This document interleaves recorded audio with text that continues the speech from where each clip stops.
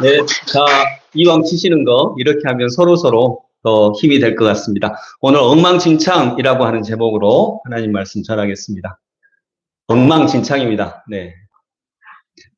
설교 제목이 엉망진창이라서 네, 약간 독특합니다. 예수님은 엉망입니다. 정말 예수님은 진짜로 엉망진창입니다. 또 예수님을 따르는 교회도 엉망입니다. 또 사랑이 있는 가정도 정말 엉망입니다. 예. 얘도 다 인정하잖아요. 네.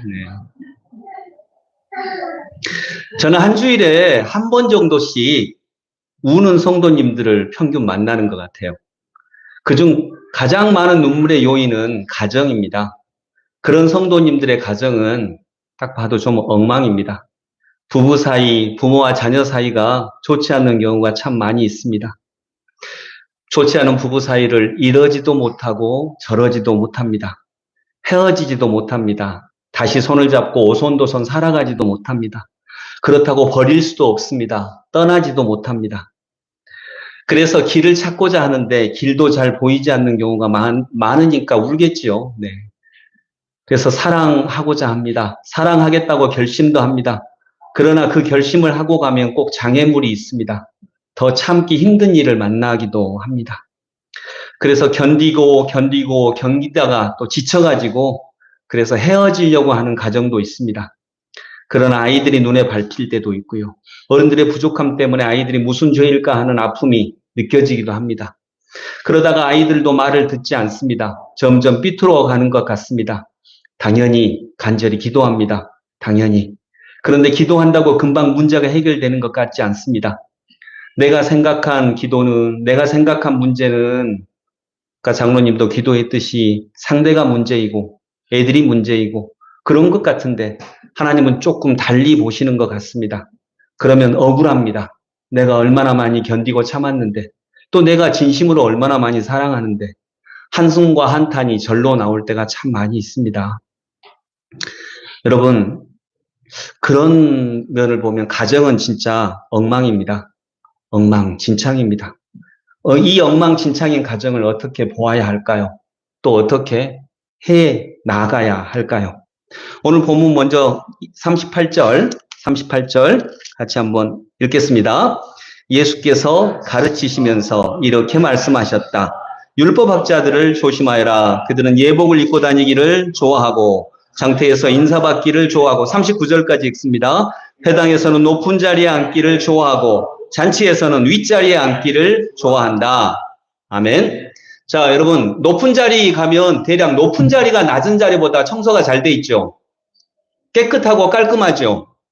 여러분도 청소할 때 여기는 깨끗하게 하잖아요. 네. 안 하시나요? 네, 여기 깨끗하게 하잖아요. 높은 자리가 되게 깔끔하고 깨끗합니다. 인사하는 사람보다 인사받는 사람이 되게 깨끗하고 깔끔하고 정결하죠. 몰라요? 네, 대답 좀 해보세요. 네. 그러죠? 아니, 함정 없어요. 네, 그냥 한번 말 좀 해봐요. 그러죠? 네, 그래요. 되게. 예수께서 가르치시면서, 지난주에 얘기했듯이 구약 때는 숭배 종교, 제사 종교였습니다. 그런데 예수님의 시대를 거치면서 교육 종교로 바뀝니다. 그래서 예수님은 구원자이신데 아주 독특하게 가르치시는 구원자이십니다. 그러면 우리는 어떻게 해야 돼요? 배워야죠. 네, 배워야죠. 배우고 거듭나고 변화되어야 합니다. 특히 빌립보서 말씀에 내가 자족하는 법을 배웠노라 이 말씀이 있어요. 외적인 것 때문에 만족하는 것이 아니라 내 내면으로 인해 만족하는 법, 이걸 진짜 배워야 합니다. 오늘은 이 말씀을 중심으로 하지는 않겠지만 정말 자족하는 법은 배워야 하는 것입니다. 배우지 않으면 아무리 풍족한 환경 속에서도 자족하는 법을 모릅니다. 사람들은 예수님께 채우는 법을 배우려고 합니다. 그러나 주님께서는 채우기보다 만족하는 법을 배워야 한다라고 분명하게 얘기하십니다. 내가 자족하는 법을 배웠노라. 궁핍에 처할 줄도 알고 풍요에 처할 줄도 알고 내가 일체에 자족하는 법을 배웠노라. 가난한 사람들은 자신의 위장에 음식을 채우면 행복할 것이라 생각합니다. 그런데 부자들은 자신의 위궤양이 나으면 행복할 거라고 생각합니다. 우리는 모두 다 자기의 기준이 있습니다. 이걸 배우지 못하면요. 가난해도 부유해도 우리는 모두 자족하지 못합니다. 불행할 수밖에 없다라고 하는 거죠. 그러면서 말씀하십니다. 율법학자들을 조심하여라. 누구를 조심하라고요?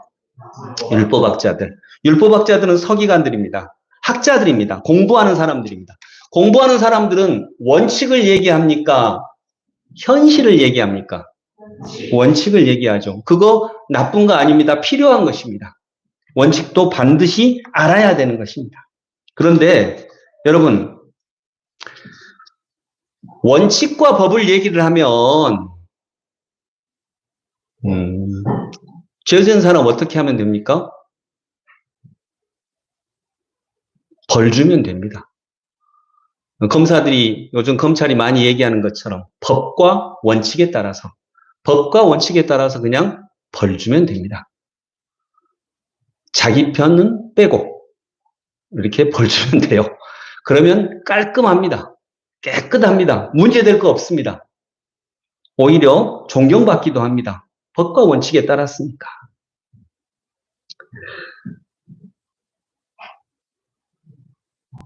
제가 아는 목사님 한 분이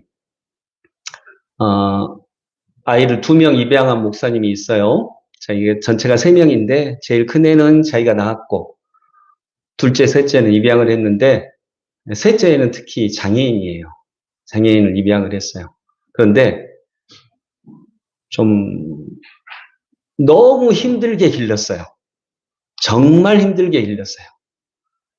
그 장애인이라서 힘든 것도 힘든 거지만 아이들이 너무나 부모의 마음대로 자라지 않았어요. 그래서 너무너무 고생을 했어요. 그냥 말로 할 수 없는 고생을 했어요. 그리고 재판까지 받았어요. 아이가 어떤 일에 연루돼가지고 재판까지 받았어요. 자, 그래서 이제 이건 얼마를 했는지 모르지만, 자, 예를 들어, 한 징역 20년, 요렇게 받은 거 아니에요. 금방 해결이 됐어요. 근데 예를 들어, 징역 20년 이렇게 딱 때렸다고 해보세요. 그러면 징역 20년 하고 나면, 판사는 그 다음에 어떻게 합니까? 판사하고 검사는? 징역 20년 딱 때렸어. 그 다음에, 자, 이제 끝났어요. 재판이 끝나면 어떻게 합니까? 모르세요. 재판 끝나면 어떻게 해야 돼요? 집에 가죠. 이제 끝났으니까. 깔끔하게 딱 이제 서류 들고 딱 집에 갑니다. 깨끗합니다. 깔끔합니다. 뭐 문제될 거 없습니다. 근데 징역 20년을 받은 그 아이의 엄마 아빠는 어떻게 될까요? 깨끗하고 깔끔하게. 그래, 죄 지었으면 벌 받아야지. 그리고 내일부터 또 뭐 나는 또 일 열심히 해야지 뭐 어떻게 하겠어. 내가 할 수 있는 일이 없네. 이러나요? 어떻게 하나요? 예, 제자리에 앉아서 통곡하고 울고, 지나가는 판사 깔끔하게 옷 입고 지나가는 판사한테 막 붙잡고 늘어지고 봐달라고, 차라리 나를 죽이라고 이렇게 해요. 이게 아무 소용이 없다라고 하는 걸 알면서도 그렇게 해요. 눈물 콧물 쏟고 체면도 없고 염치도 없고 그래요. 그래서 그 부모는 엉망진창이 돼요. 왜요? 사랑 때문에 엉망진창이 돼요. 근데 여러분, 율법학자들은, 판사는 깔끔합니다. 깨끗합니다. 왜냐하면 율법으로만 따지니까.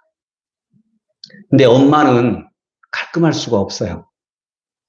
그때부터 엄마의 마음과 엄마의 삶은 엉망진창이 되어버립니다.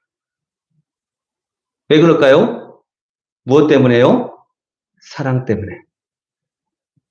그래서 엉망진창은 단지 엉망이다 이것만은 아닙니다. 여러분 그 속에 사랑이 없으면 우리도 체면이 있고 우리도 사회적 지위가 있고 엄마도 이성이 있는데 그렇게 막무가내로 무식하게 방법도 없는데 그렇게 하지 않아요. 그러나 엉망진창이 되어버리는 이유는 그 엄마가 사랑이 있으니까 엉망이 되어버립니다. 생명은 이런 깔끔한 판사, 정결한 판사, 깨끗한 율법학자들을 통해서가 아니라 엉망진창이 되어버린 어머니와 예수님을 통해서 생명은 자라나는 것입니다. 여러분, 제가 한 10여 년 전에 어떤 기사에서 어떤 이제 목사님들이 좋은 기사를 이렇게 딱 공유를 하고 그러는데 그 신문 기사에 났던 이야기 중에 하나입니다. 서울에서 중고 컴퓨터 가게를 하는, 그러니까 컴퓨터 가게를 하는 사장님이 계셨어요. 이 사장님이 이제 어느 날 전화를 받았어요. 그래서 이제 저 지방에서 일하시는 어떤 엄마인데 이 엄마가 자기하고 남편은 지방에서 일을 하고 이제 돈을 서울로 보내줘가지고 할머니하고 손녀가 살고 있는데, 그러니까 자기 딸이죠. 자기 딸이 살고 있는데 딸이 이제 초등학교 6학년이 되고 컴퓨터 숙제가 하려면 이제 컴퓨터가 필요해서 컴퓨터를 사려고 하는데 저희들이 돈이 없어서 좀 중고 컴퓨터를 사려고 합니다. 적당한 좀 저렴한 중고가 있나요? 라고 물었대요. 그러니까 사장님이 지금 적당한 것은 없고요. 나중에 나오면 제가 연락을 드리겠습니다. 라고 해서 이제 그렇게 끊었는데 한 10여일이 지난 다음에 참 거기 들어가면 좋을 것 같다는 적당한 중고 컴퓨터가 생겨가지고 이제 다시 연락을 취해서 주소를 받고 이제 서울에 어느 동네로 가서 이제 컴퓨터를 설치해 주러 갔대요. 그런데 이제 굉장히 집도 허름하고 동네 자체가 이제 좀 가난한 동네. 거기에 이제 갔더니 할머니가 혼자 계시는 거예요. 딸은, 그 컴퓨터를 사용할 딸은 이제 학교에 아직 하교를 안 했고, 이렇게 딱 있는데, 할머니가 이제 딸 방에다가 이렇게 좀 해주라라고 해서 설치를 하고 있는 도중에 이제 그 아이가 나타난 거예요. 6학년 여학생이 막 나타나더니 너무 좋아해요. 그리고 와, 컴퓨터 생겼다고 이제 설치가 다 끝나고 할머니가 이제 음료수 좀 주시니까 음료수 마시는 사이에 딸이 막 컴퓨터를 재밌게 하고 있어요. 근데 이제 할머니가 이제 학원 갔다 와라 라고 했는데, 아니, 나 더 하고 더 놀고 갈래 라고 했는데, 할머니가 빨리 갔다 와. 갔다 와서 놀아. 라고 하니까 이제 억지로 더 놀아야 되는데 하면서 컴퓨터 해야 되는데 하면서 그냥 갔대요. 그리고 이제 할머니한테 돈을 받아가지고 딱 오는 길에 보니까 참 집이 참 짠한 마음이 들었대요. 집이 엄마 아빠는 좀 어려워서 지방에서 일하고 돈 보내고 할머니가 아이 키우면서 수고하고 애쓰시는구나 이렇게 생각이 됐대요. 그래서 이제 차를 타고 다시 가게로 딱 가는데 버스 정류장에 그 아이가 서 있는 거예요. 어찌하겠어요? 뭘 어쩌긴 어쩌고 그냥 이제 좀 친절한 마음으로 너 학원이 어디냐? 라고 물었더니 방향 같으면 태워줘야지 이렇게 생각하고 물었대요. 방향 같으면 태워줘야지. 근데 방향이 정반대네. 그래도 그냥 태워주니 뭐 하고 이제 그래 타라 내가 데려다 줄게 해서 이제 자기가 가려고 하는 그 가게하고는 정반대 방향으로 이렇게 갔대요. 가는데 이제 아이가 제일 처음에는 명랑하게 타더니 조금 시간이 지나니까 영 표정이 안 좋더래요. 표정이 막 점점 안 좋아져요. 그래서 왜 어디가 불편하냐? 이제 트럭인 것 같아요. 이제 옆에 자리에 이렇게 어디가 불편하니? 그러니까 아니 괜찮아요 하는데 점점 안 좋아져요. 그래가지고 아이가 조금 가다가 얘기하는 거예요. 아저씨 저 좀 내려주세요. 저 화장실에 가야 될 것 같아요. 그러니까 뭐 좀만 가면 너희 학원 다 오는데 학원으로 가지 라고 하니까 아니 학원은 안 되고 지금 바로 여기서 좀 내려주세요 라고 얘기를 막 하는 거예요. 근데 너무 막 표정이 안 좋고 그러니까 알았다 하고 이제 화장실이 있을 법한 건물 앞에 세우고 내가 얼른 기다릴게 얼른 갔다 와라 라고 했는데 아니에요 아저씨 얼른 그냥 가세요. 저는 괜찮아요. 얼른 가세요 라고 가라고 하는 거예요. 그래서 아니 기다릴게 얼른 갔다 와 라고 이렇게 보내고 이제 좀 기다리는데 아이는 엉거주춤하면서 가고 옆에를 보고 깜짝 놀랐대요. 옆에 그 아이가 앉았던 좌석이 피로 가득한 거예요. 그러니까 뭐 한 거예요? 예, 초경을 한 거예요. 초경을. 생리를 일상적으로 하는 아이였으면 아마 예상을 했을 텐데 이제 초등학교 6학년 정도고 그러니까 이제 초경을 한 거예요. 아마 그랬는가 보다라고 하는 생각이 드는 거예요. 그럼 이제 어떻게 해야 돼요? 이제 열 받죠. 무엇이요, 이것이? 아, 이거 어떻게 닦아, 이걸? 예. 그래서 이제 이 아저씨가, 이 사장님이 용 난감한 거예요. 이거 어떻게 해야 되지? 그러면서 아이 마음이 되어봤어요. 아이 마음이. 얘 지금 보니까 핸드폰도 없고, 집도 가난하고, 엄마 아빠는 지금 지방에 내려가 있고, 부를 수도 없고, 어떻게 하지? 이렇게 좀 난감한 거예요. 그래서 자기 부인한테 전화를 했대요. 부인한테. 그래서 자기 부인이 좀 가까운 데 있으면 좀 와서 좀 해결을 해주라 그래야겠다라고 해서 부인한테 전화를 했는데 부인이 여보 어디야? 라고 했더니 엄청 먼데 1시간 정도 걸리는데 여기 있더래요. 그래도 어쩌겠어요. 좀 당신이 좀 얼른 와봐라. 뭐 이러이러한 일이 있다. 당신이 와야 될 것 같다. 근데 부인도 참 착한 사람 같아요. 그러니까 알았어. 그냥 금방 갈게 하고 최대한 빨리 온다고 한 게 한 40분 정도가 지났는데 아이는 그때도 안 나오는 거예요. 나올 수가 없죠. 그래서 이제 부인이 와서 부인 이제 오면서 당신은 얼른 가서 생리대하고 그다음에 속옷을 좀 사와라. 속옷이랑 치마랑 이런 것들을 좀 사와라. 라고 해서 이제 찾아가지고 했는데 사이즈가 어떻게, 따님 사이즈가 어떻게 돼요? 물어보는데 사이즈를 어떻게 알겠어요? 그냥 여러 사이즈로 한 사이즈당 하나씩 한 3종류 주세요. 해가지고 이렇게 사서 이제 편의점도 이렇게 들리고 해서 이제 사가지고 왔어요. 그리고 이제 부인이 도착하니까 부인한테 이걸 딱 주고 여보 당신이 가봐. 얼른 들어가 봐. 얘 아직도 안 나왔어. 라고 하니까 그 부인이 얘 이름이 뭐야? 이름? 어떻게 알아 내가. 그냥 당신이 알아서 좀 해봐.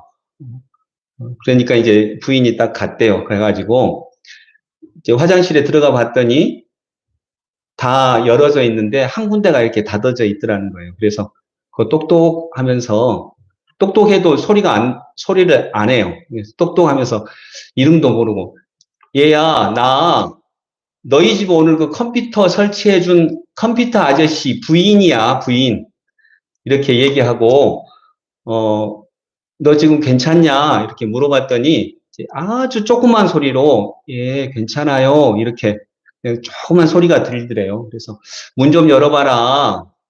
언니가 좀 너한테 도움 주려고 왔다. 이렇게 하니까 문을 이렇게 살짝 열었는데 이제 멋쩍게 웃고 있더라는 거죠. 그런데 이제 그 속옷이랑 생리대랑 이렇게 사온 걸 보고 애가 그때부터 많이 울었대요. 엄마 아빠도 지금 여기 안 계시고 그래서 많이 울고 이제 얼른 공중 화장실이지만 어쩌겠어요. 이제 대충 씻기고 옷 입히고 이제 옷 갈아입는 사이에 남편한테 얼른 전화를 해서 여보 당신은 근처 가서 꽃집에서 꽃다발 하나 사와. 이제 이렇게 얘기를 했대요. 그러니까 또 우리들은 부인 말이라면 하나님 말보다 더 위잖아요.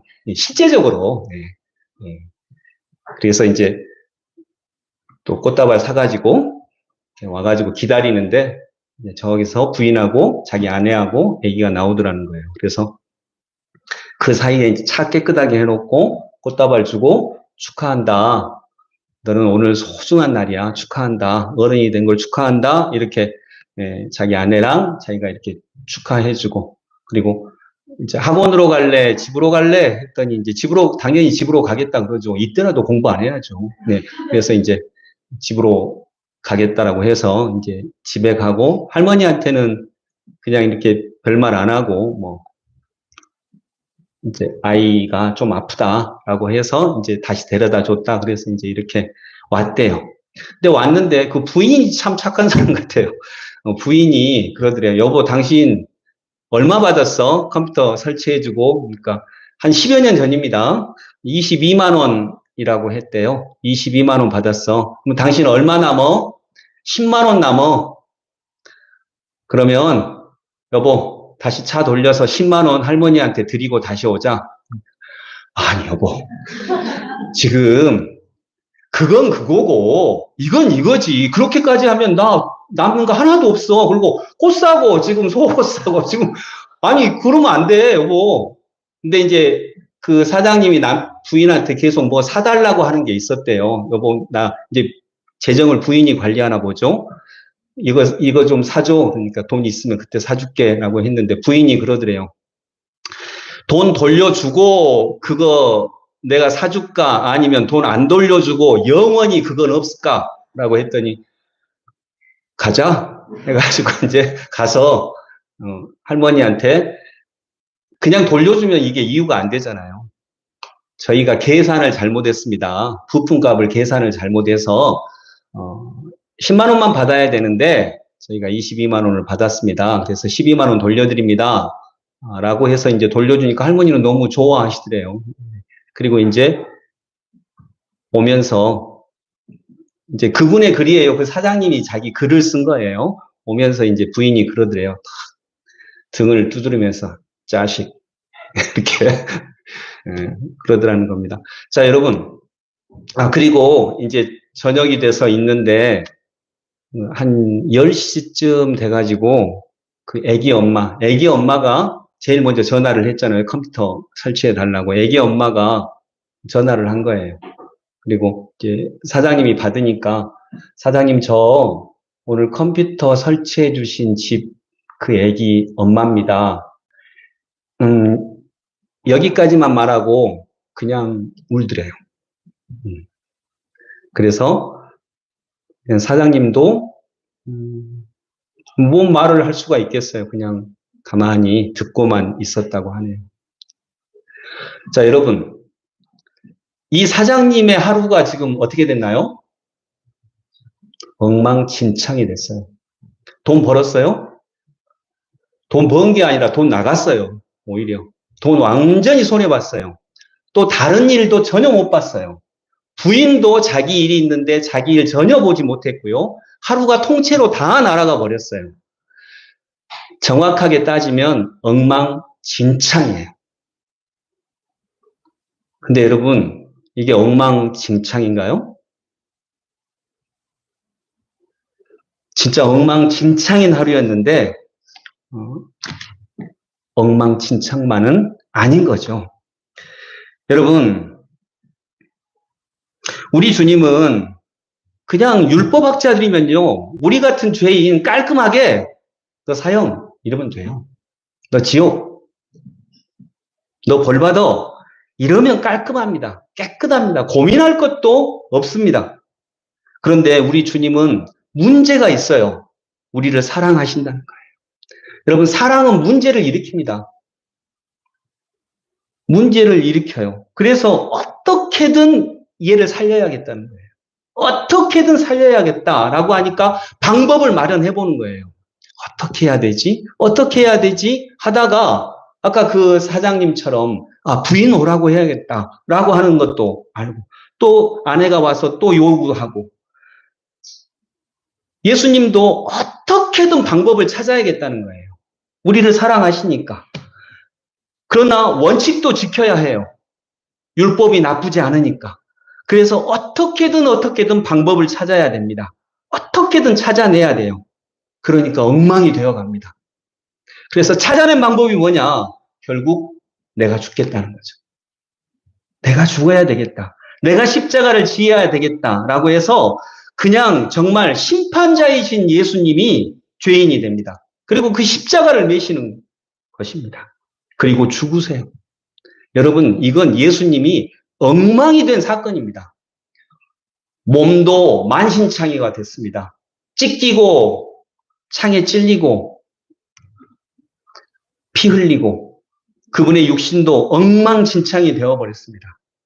몸도 맞고 찢겨지고 마음도 나의 아버지 어찌하여 나를 버리셨나이까 하면서 그분의 마음도 엉망진창이 되어버렸습니다.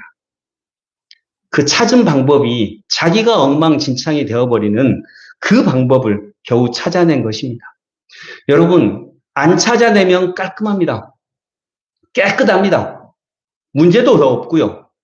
그러나 그분은 우리를 사랑하시기 때문에 스스로 진흙구덩이 속으로 들어가십니다. 그것이 엉망진창입니다. 사랑은 엉망이 되는 것입니다. 법원은 깔끔합니다. 죄 지으면 죽이면 됩니다. 벌 주면 됩니다. 그러나 그에 비해서 가정은 엉망입니다. 어머니는 엉망진창입니다. 우리 아이는 원래 착하다고 합니다. 자기가 대신 죽겠다고 합니다. 그리고 법원 바닥에서 웁니다. 체면도 없고 양식도 없고 이성도 없습니다. 엉망진창이 되어버립니다. 근데 그 사이에 판사는, 율법학자는 깔끔하게 나갑니다. 전혀 옷도 더럽혀지지 않습니다. 고민할 것도 없습니다. 검사는 그냥 깨끗하게 나갑니다. 40절 하반절에 이런 자들이야말로, 이런 사람들이야말로 더 엄한 심판을 받을 것이다. 여러분, 지금의 검찰을 보면 법과 원칙, 지금 검찰 얘기를 하려고 하는 건 아닙니다. 근데 생각난 김에 하는 것입니다. 복잡해져요. 그것은 사랑 때문이 아니라 이제 내 걸 지키려고 하다 보니까 복잡해집니다. 법과 원칙은 얘기했는데. 사랑하는 성도 여러분, 우리들의 마음은 어떤가요? 우리들은 사랑 때문에 엉망진창인가요? 아니, 엉망진창이 될 수밖에 없는 우리들의 사랑을 견딜 수 있는가요? 우리들의 가정은 엉망인가요? 아니면 법원처럼 깔끔한가요? 아마도 우리들의 가정은 문제가 많을 것입니다. 아까 말씀드렸듯이 저는 거의 매주마다 엉망진창이 된 마음으로 울고 있는 성도들을 만납니다. 왜 우리 성도들의 마음은 엉망진창이 되었을까요? 미움 때문일까요? 저주 때문일까요? 어떻게 해야 될지 모르는 사랑 때문에 엉망진창이 되어버렸습니다.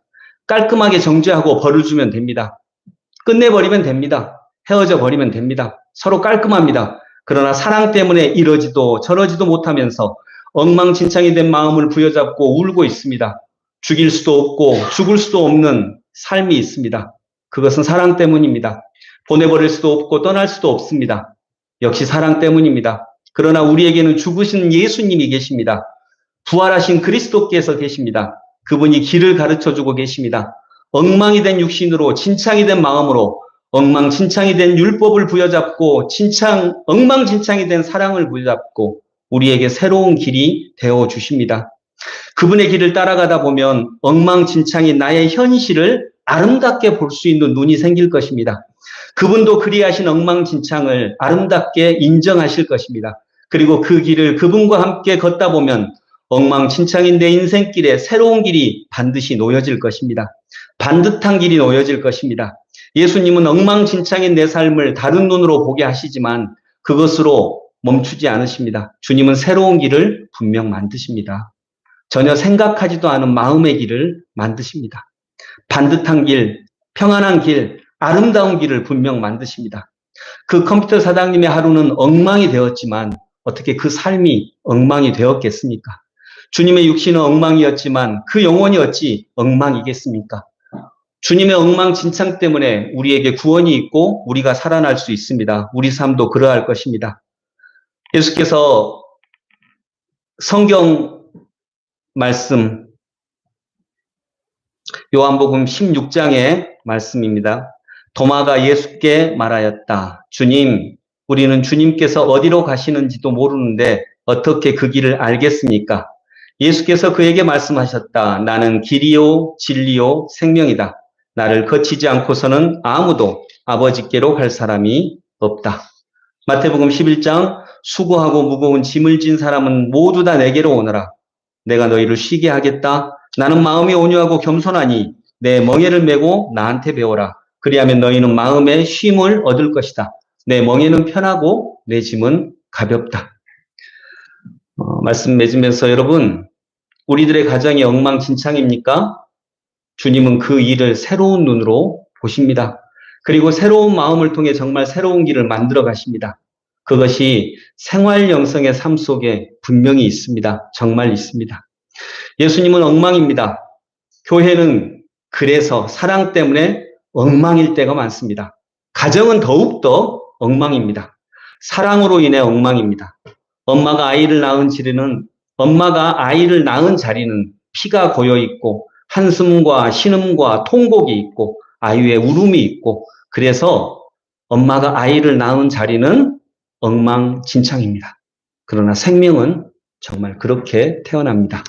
네, 기도하겠습니다. 우리 때문에 엉망진창이 되신 하나님, 율법을 지키면 깔끔한데, 깨끗한데, 누구도 뭐라고 할 수 없는데, 예수님은 사랑 때문에 엉망진창이 되셔서 십자가에서 자기 몸을 죽이시고 그곳으로 엉망진창인 우리들의 삶의 구원자로 오셨습니다. 주님, 어쩌면 우리들의 삶도 때로는 엉망진창일 때가 있습니다. 배우자와의 관계가, 또 가정이, 자녀들과의 관계가 엉망진창인 경우가 있습니다. 그러나 그것도 역시 사랑 때문입니다. 사랑이 아예 없다면 그런 모습으로 가지도 않았을 것입니다. 그냥 잘라버리면 됩니다. 깔끔하게 정리해버리면 됩니다. 그러나 주님, 우리가 주님의 사랑을 알기에 우리는 아파하고 고민하고 애타하고 눈물 짓습니다. 주님, 그것까지도 사랑인 것을 알게 하셔서 그 작은 사랑으로 인하여서 길 대신 주님을 따라가 놀라운 열매를 맺을 수 있는 저희들 인생길이 되게 하여 주옵소서. 예수 그리스도 이름으로 기도드립니다. 아멘.